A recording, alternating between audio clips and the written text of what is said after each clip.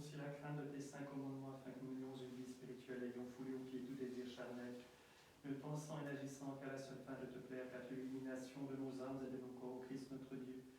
Et nous te rendons gloire avec ton Père éternel et ton Esprit très saint, moi et nous défions maintenant et toujours et dans les siècles des siècles. Amen. Que Dieu, par l'intercession du saint et glorieux apôtre évangéliste Matthieu, m'accorde d'annoncer la bonne nouvelle avec force pour l'accomplissement de l'évangile de son Fils bien-aimé, notre Seigneur Jésus-Christ.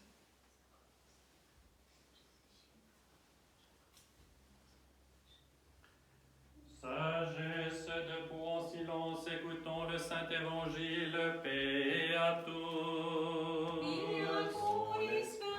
Lecture du très saint évangile selon saint Matthieu. Gloire à toi, Seigneur, gloire à toi. Soyons attentifs. Le Seigneur dit: lorsque le Fils de l'homme viendra dans sa gloire, escorté de tous les anges saints, il prendra place sur le trône de sa gloire. Devant lui seront rassemblées toutes les nations, et il séparera les uns d'avec les autres, comme le berger sépare les brebis d'avec les boucs. Il placera les brebis à sa droite et les boucs à sa gauche. Alors le roi dira à ceux de droite: venez les bénis de mon Père, recevez en héritage le royaume qui vous a été préparé depuis les origines du monde. Car j'ai eu faim et vous m'avez donné à manger. J'ai eu soif et vous m'avez donné à boire. J'étais étranger et vous m'avez accueilli. J'étais nu et vous m'avez vêtu. Malade et vous m'avez visité. Prisonnier et vous êtes venus me voir. Alors les justes lui répondront: Seigneur, quand nous est-il arrivé de te voir affamé et de te nourrir, assoiffé et de te désaltérer, étranger et de t'accueillir, nu et de te vêtir, malade ou prisonnier et de te visiter? Et le roi leur fera cette réponse: en vérité, je vous le dis, dans la mesure où vous l'avez fait à l'un de ces plus petits de mes frères, c'est à moi que vous l'avez fait. Alors il dira encore à ceux de gauche: allez loin de moi, maudits, dans le feu éternel qui a été préparé pour le diable et ses anges. Car j'ai eu faim et vous ne m'avez pas donné à manger, j'ai eu soif et vous ne m'avez pas donné à boire, j'étais étranger et vous ne m'avez pas accueilli, j'étais nu et vous ne m'avez pas vêtu, malade et prisonnier et vous ne m'avez pas visité. Alors ceux-ci lui demanderont à leur tour: Seigneur, quand nous est-il arrivé de te voir affamé ou assoiffé, étranger ou nu, malade ou prisonnier, et de ne t'avoir point secouru? Alors il leur répondra: en vérité, je vous le dis, dans la mesure où vous ne l'avez point fait à l'un de ces plus petits, c'est à moi que vous ne l'avez point fait. Et ils s'en iront, ceux-ci à la peine éternelle, et les justes à une vie éternelle. Gloire à toi, Seigneur, gloire à toi.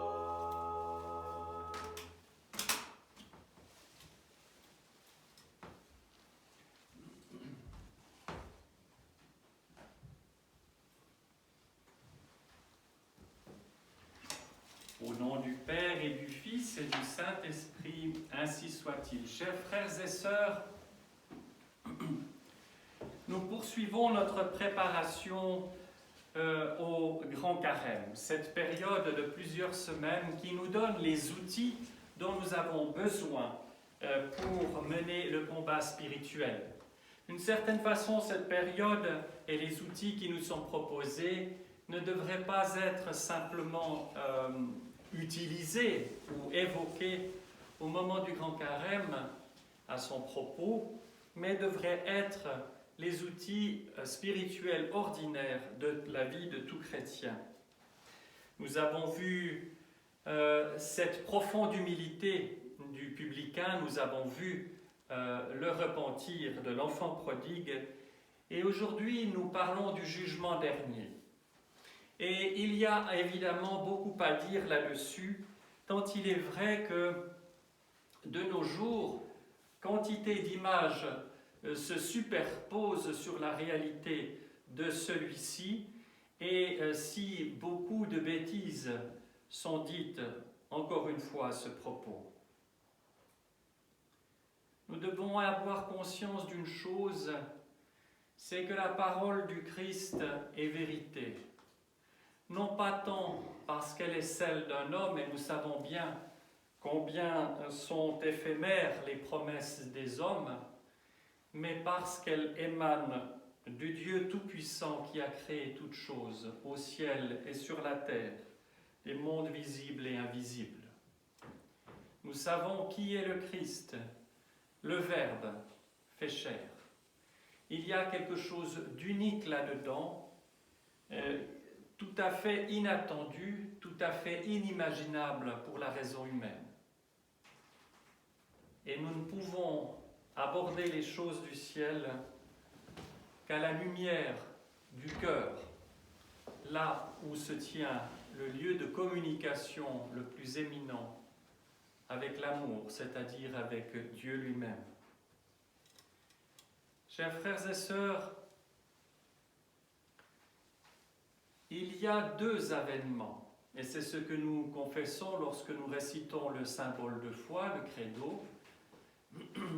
Le premier, nous le connaissons bien, l'incarnation du Verbe qui fait chair, qui vit au milieu des hommes pendant 33 ans, qui vit dans la pauvreté, l'humilité, le rejet, le Christ qui est crucifié, qui donne sa vie pour tous les hommes sans exception, qui descend à l'Hadès et parce qu'il est Dieu, détruit la puissance de la mort et sort victorieux des enfers.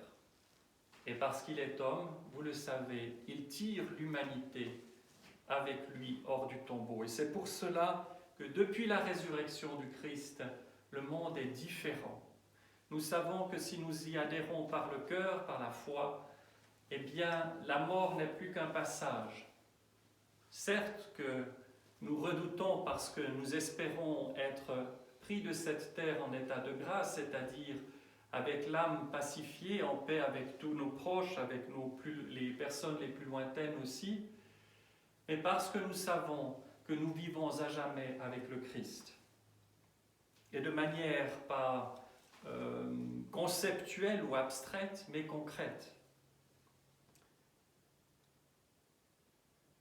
Et il y a le deuxième avènement, ce que le Christ a annoncé plusieurs fois, lorsqu'il reviendra en gloire. Et il y a comme une opposition avec ce mystère de grande pauvreté et d'humilité du premier avènement et la gloire du second. Cette durée aussi, les 33 ans de la vie terrestre du Christ, est le côté soudain de son second avènement. Et il viendra en gloire manifester comme il est, c'est-à-dire comme Dieu, ce que les apôtres ont entreaperçu sur le mont Tabor. Le Christ lumineux, le Christ plus brillant, leur visage était plus brillant que le soleil, mais une lumière qui est aveuglante d'un côté, mais qui en même temps ne brûle pas d'un autre côté. Et là, nous touchons un autre aspect du jugement c'est évidemment le bilan qui sera fait de nos vies. Nous savons, parce que, et en particulier dans cette période d'épidémie qui bouleverse nos vies, il y a un certain nombre de malades qui sont mis en coma, qui reviennent, etc., et qui voient quelque chose du début du chemin que l'âme parcourt en quittant la terre. Et souvent, ils parlent en toute vérité de cette récapitulation de toute leur vie. Et cela fait écho à ces fameux livres qui seront ouverts, pas des livres au sens papier, mais ce déroulement dans l'immédiateté et dans la pleine puissance de présence, si vous voulez, de la vie, du contenu, du déroulé de toute la vie de chaque être humain. Et il y aura une extraordinaire lucidité, ce dont parlent ces personnes par ailleurs. Et ils disent d'ailleurs que, en ayant juste commencé un bout du chemin, eh bien, en revenant parmi nous, leur vie n'est plus du tout la même. Mais ils n'ont plus peur de la mort par ailleurs. Mais revenons à l'essentiel, au jugement dernier. Eh bien, nous serons jugés au sens que notre vie nous apparaîtra telle qu'elle est, avec les choses lumineuses, les actes d'amour posés, et en même temps toutes les parts d'ombre, tout ce que nous avons rejeté, que nous n'avons pas voulu voir, les êtres fragiles, les roseaux fragiles que nous avons froissés, écrasés par la dureté de notre cœur. En gros, et pour faire simple, nous apparaîtrons dans la vraie densité de nos personnes ou dans l'inanité de celles-ci. Est-ce que nous serons trouvés vraiment vivants, lumineux ou complètement anémiés de l'intérieur? Et c'est ce pourquoi, c'est ce à quoi nous devons être attentifs, c'est de mener le temps qui nous est donné, dont on ne connaît la durée, heureusement, parce que nous sommes tellement dépourvus de sagesse. Et notre prière doit être centrée et simple. Seigneur, reprends-moi en état de grâce, que je ne parte pas fâché ou soudainement, mais vraiment en paix. Et c'est très important, parce que nous sommes ici dans le temps. Nous avons, vous le savez, cette capacité de nous retourner en arrière sur ce que nous avons vécu, ou accompli, ou pas accompli, et nous avons la capacité de nous projeter et de tendre à un changement. Lorsque nous quittons cette terre, nous changeons de réalité, nous sommes hors du temps, dans l'état où la mort nous a trouvés. Chers frères et sœurs, le Christ insiste beaucoup, nous venons de l'entendre. Il redit les mêmes choses par rapport au jugement. Ce que nous avons fait ou pas fait, aux plus petits, aux plus humbles. Il ne s'agit pas de programme politique. Il s'agit de la négation de l'exaltation de la puissance si commune aux hommes. On est fort, il faut être fort et on écrase le plus faible. Cette incapacité à sentir la richesse de notre prochain, cette incapacité à penser que l'on peut être grand et fort dans l'humilité. Parce que qui dit humilité, dit pas faiblesse, si vous voulez, mais dit force, parce que attention à l'autre, capacité d'écoute, capacité d'accueil. Et nous savons tous, par notre expérience personnelle, combien nous sommes faibles et si incapables de cela. Et qu'il faut être extrêmement fort intérieurement pour pouvoir encaisser, si vous me permettez l'expression, les choses, les êtres et les événements en gardant la paix intérieure. Et c'est là qu'on découvre une chose essentielle, c'est que l'être humain par lui-même ne peut rien. Vous savez que j'aime à citer cette parole de ce prédicateur éminent du XVIIe siècle, Bossuet, qui dit « L'homme n'est grand devant Dieu qu'à genoux ». ça n'est pas parce qu'il plastronne qu'il est grand, mais parce qu'il est capable d'humilité, de reconnaître la valeur des choses, le sens profond des choses, les priorités. Qui est grand dans la création si ce n'est Dieu? Et c'est cet esprit de révolte qui nous taraude de temps à autre, qui nous éloigne et nous sépare de Dieu, bien sûr, de notre prochain et de nous-mêmes. Et l'homme qui veut se faire tout seul ou exister tout seul est enfermé dans une pièce sombre, sans porte ni fenêtre. Et il étouffe asphyxié du vide dans lequel il est. Alors, il y a une veille que nous devons avoir, car le retour du Christ sera soudain, sans qu'il soit planifié par nous. Il faut être vigilant sur nos pensées, sur nos paroles, sur nos actes. Pas d'un point de vue ou avec l'outil de la morale, pas de manière moralisatrice, mais à l'aune de la vérité et de l'amour. Et être lucide.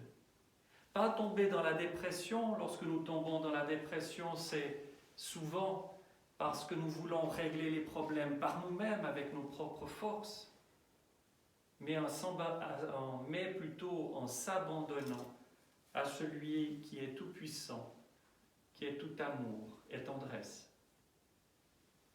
Nous savons qu'il nous aime tant que pas un cheveu de nos têtes ne tombe sans que le Seigneur le permette. C'est une image, mais qui montre bien l'extraordinaire, inouï, au-delà de tout ce que nous pouvons concevoir, l'extraordinaire attention et souci de salut et d'amour de Dieu pour chacun d'entre nous. Il n'y a pas une personne qui soit abandonnée sur laquelle le regard de tendresse de Dieu ne se pose.